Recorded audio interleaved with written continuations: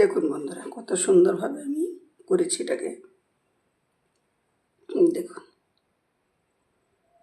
এতে আমি সাবুটাকে আগে ভিজতে দিলাম, পরিষ্কার করে ধুয়ে নিলাম, ভিজতে দিলাম।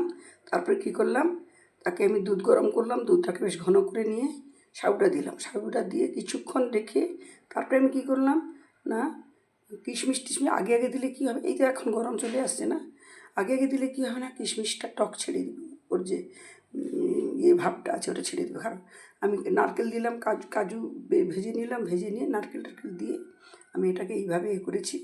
হ্যাঁ বাবাই বন্ধুরা দেখুন, এই বারব্রত দিনে, একাদশীর দিনে খেতে কত সুন্দর, ভগবানকেও দিয়ে নিজেরা খান। হ্যাঁ সবাইকে দিন। সাবস্ক্রাইব করবেন, আমাকে লাইক করবেন, কমেন্ট করবেন, তবে না আমি জানতে পারবো। ওকে বাবাই।